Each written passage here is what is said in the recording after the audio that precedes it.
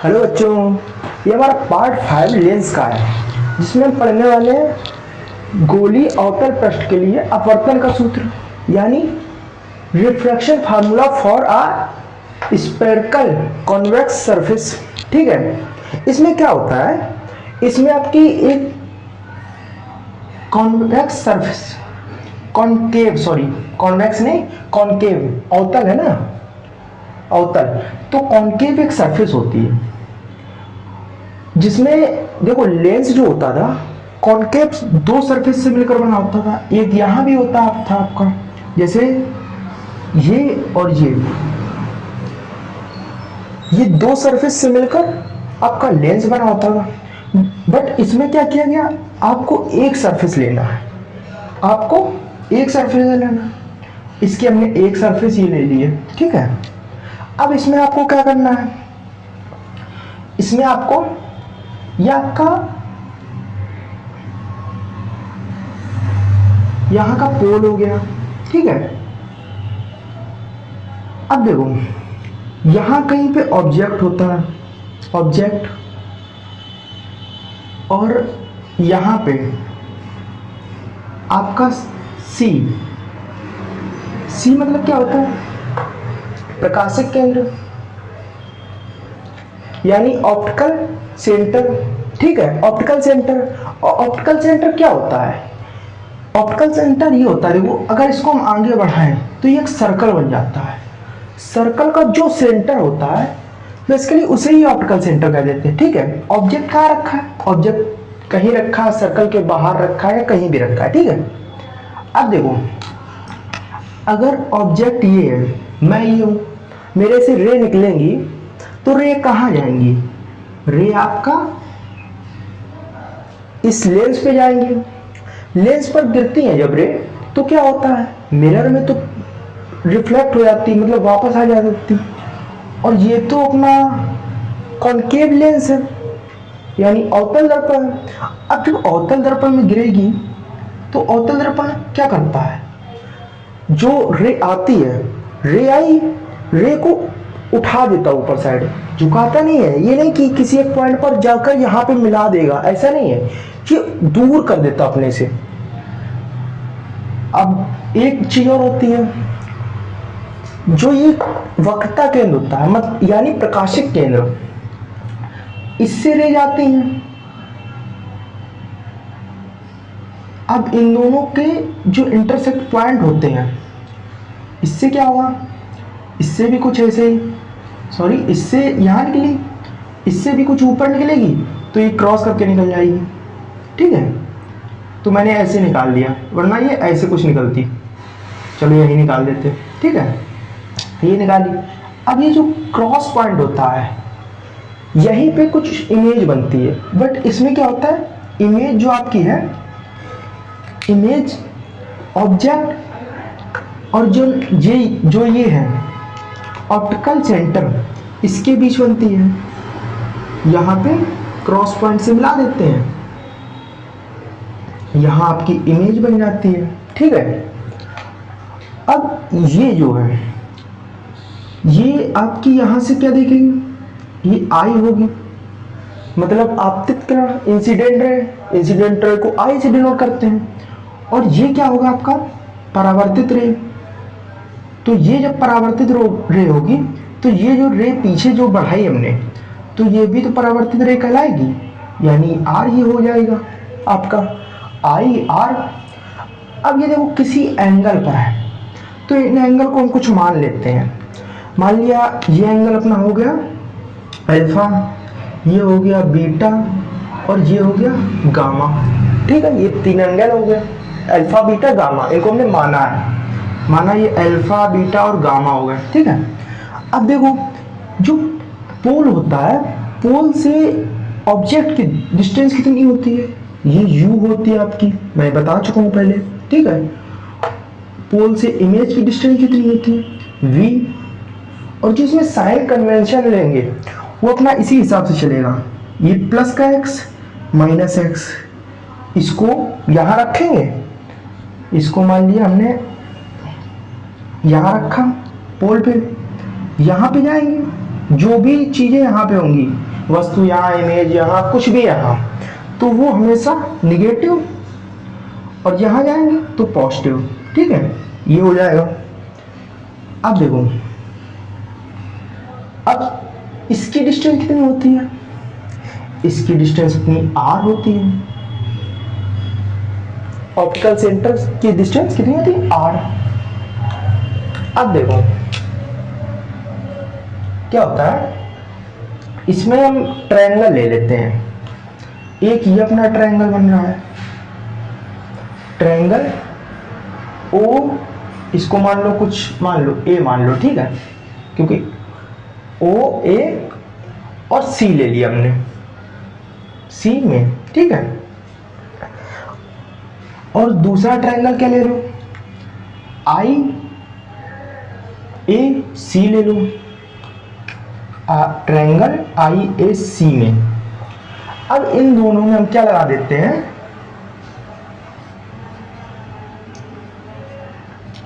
बहिष्कोण प्रमेय। अब देखो बहिष्कोण प्रमेय क्या होती है? मान लिया हमने ये एंगल लिया पूरा, ये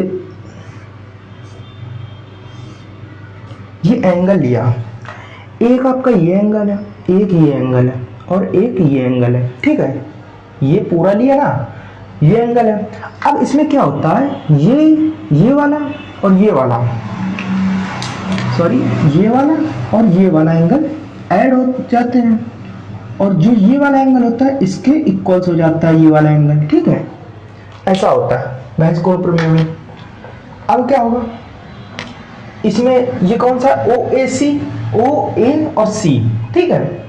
ओ ए सी में क्या है, ये आई plus, sorry, alpha plus I, alpha plus I equals किसके हो जाएगा? ये बाहर वाला कौन सा, सी है, तो सी वाला पॉइंट वाला एंगल ले लेंगे, गामा के इक्वल हो जाएगा। अब देखो ये जो है, अब ये जो है, ये क्या है, आई है, ए है और सी है, ठीक है, आई ए सी। अब देखो आई और ए में कौन कौन एंगल है? बीटा मिल रहा है अपन को, और बीटा मिल रहा है, प्लस और कौन सा मिल रहा है, आर मिल रहा है। आर इक्वल्स क्या हो जाएगा, बाहर का एंगल क्या है, सी, सी क्या है अपना, गामा, ठीक है, ये गामा हो गया।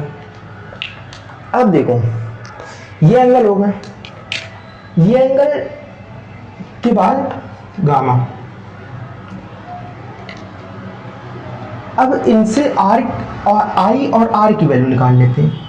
आई इक्वल्स क्या हो जाएगा आपका, अगर हम अल्फा को वहां भेजेंगे तो गामा माइनस अल्फा हो जाएगा, ये आपका एक बन जाएगा, ठीक है।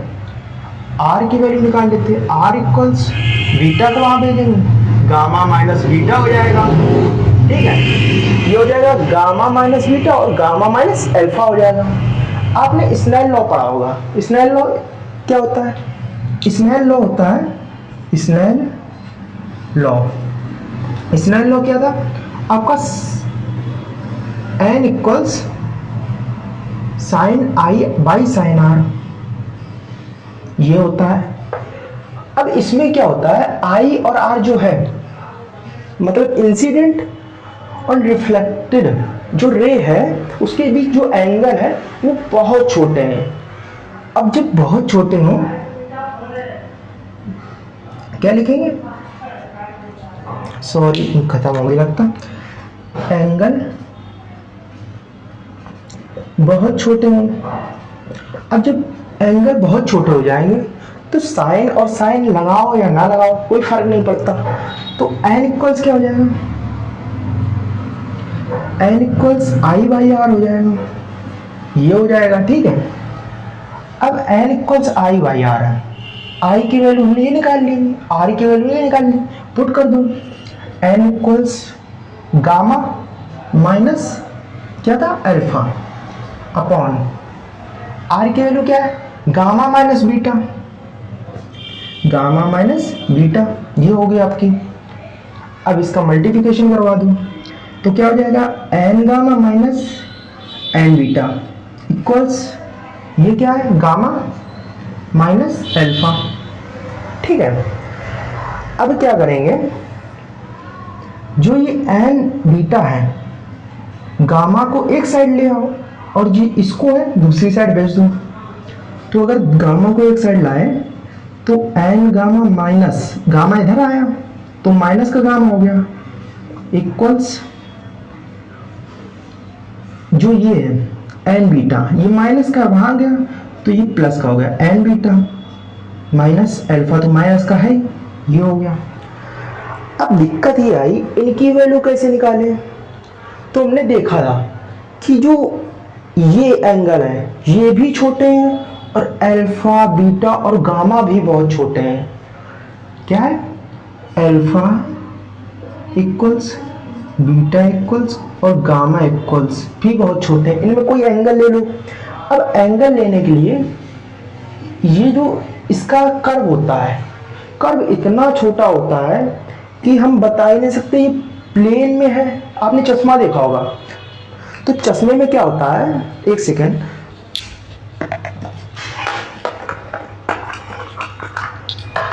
देखो ये चश्मा है, ठीक है, ये जो चश्मा है ये कॉन्वेक्स कॉन्केव लेंस है, ठीक है, कॉन्केव लेंस है। अब जो कॉन्केव लेंस है इसमें आप बता सकते हो ये प्लेन है या कर्व है।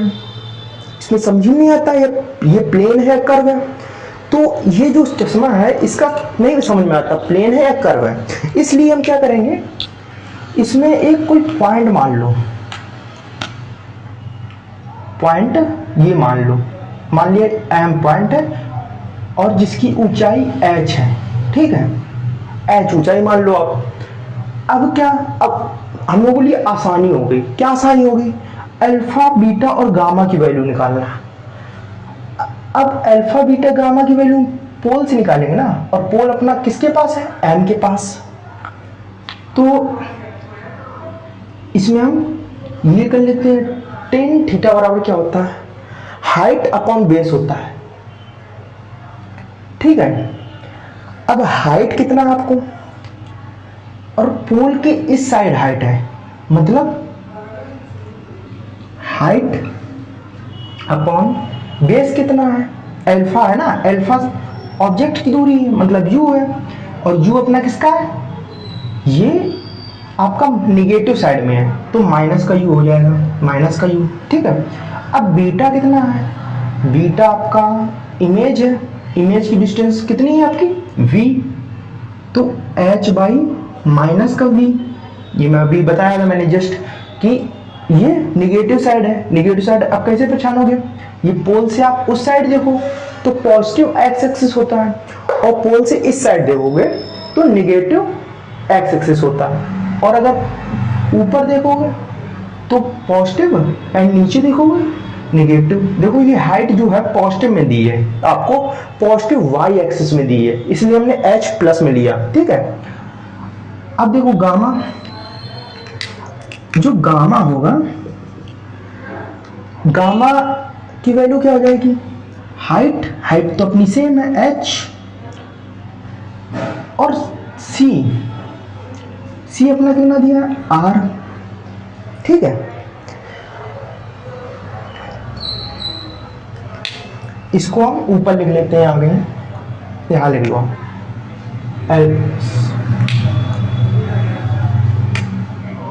अल्फा बराबर h माइनस का h बाई यू, ये तो पूरा माइनस है ना, तुम चाहे ऊपर लिखे या नीचे कोई फर्क नहीं पड़ता। बीटा बराबर माइनस का h by you, sorry v है ना, और गामा बराबर माइनस का h बाई r, ठीक है। ये अब देखो, अब अपना इतना निकल गया, अब इसमें सिर्फ वैल्यू पुट करना है, अल्फा बीटा और गामा की वैल्यू, ठीक है। अब इसमें वैल्यू पुट करें तो एन गामा वैल्यू कितनी दी है, गामा की वैल्यू माइनस का h बाई आर,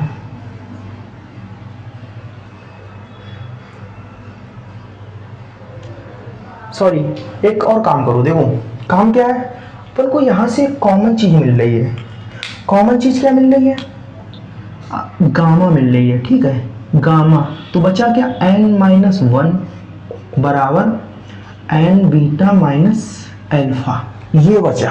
अब देखो सॉल्व करने में मजा ये है कि देखो हमको ब्रैकेट नहीं लेना पड़ेगा, ब्रैकेट सिंगल ब्रैकेट में पूरा काम हो जाएगा। h/r ये हो गया, तो इसका क्या हो गया? n बचा यहाँ पे, n-1 ये बचा, ठीक है। अब इक्वल्स में क्या रखेंगे? n बीटा है, इसमें कुछ कॉमन मिल ही नहीं रहा है, तो डायरेक्ट रखेंगे n बीटा की जगह क्या है? बीटा अपना h/v दिया है, वो भी माइनस का h/v, ठीक है। और क्या है? माइनस का है अल्फा कितना दिया आपको? h/u, वो भी किसका? माइनस का। ये भी माइनस का था और ये भी माइनस का। अब इसमें कॉमन क्या मिल रहा है? कॉमन हमको माइनस का h मिल रहा है, देखो माइनस का h कॉमन मिल रहा है, तो माइनस का h हम कॉमन ले लेते हैं, तो n-1/r, इसको एक साथ रख लो, माइनस का h, इसमें मल्टीप्लिकेशन कर दिया तो ये नीचे आ गया, ठीक है। अब देखो अगर हमने इससे h कॉमन ले लिया, h अगर माइनस h कॉमन लिया, इसका इसमें मल्टीप्लिकेशन कर दिया तो NH हुआ, जिससे हमने h कॉमन ले लिया, तो n/v हो गया आपका, माइनस इससे क्या कॉमन ले लिया? इससे भी माइनस h कॉमन ले लिया, तो 1/u बचा, h से s कैंसिल। देखो आपका फार्मूला बन के आ गया। फार्मूला क्या बन के आया? n/v माइनस 1/u बराबर n-1/r। ये आपका आंसर हो गया, ये आपका फार्मूला है। और एक चीज और, ये जो प्रूवमेंट है काफी इंपॉर्टेंट है फॉर बोर्ड लेवल, मतलब इसका फार्मूला तो हर जगह पूछा जाता है, जेई नीट, वैसे फार्मूला डायरेक्ट कोई नहीं पूछता, इसके क्वेश्चंस पूछता है, पर जो ये प्रूवमेंट है ओनली फॉर बोर्ड, क्या? भीषण लिख लो आप, भीषण इंपॉर्टेंट, ठीक है। और एक चीज और, मैं आपको 1-2 महीने बाद 90 या 80 क्वेश्चन की एक सीट देने वाला हूँ, जिसमें थ्योरी वाइज क्वेश्चन होंगे, जिसमें जो आपकी 40 नंबर की थ्योरी आती है उसके सारे क्वेश्चन उसमें मिलने वाले हैं। 30 या 40 नंबर की थ्योरी आपको मिलती है हर साल, तो उसमें सारे क्वेश्चन आपको मिलने वाले हैं टॉपिक वाइज, ठीक है। और नेक्स्ट टॉपिक मिलेंगे जो होगा आपका गोली अवतल पृष्ठ हो गया है, अब उत्तल पृष्ठ के लिए बर्तन का सूत्र। तब तक के लिए बाय बाय।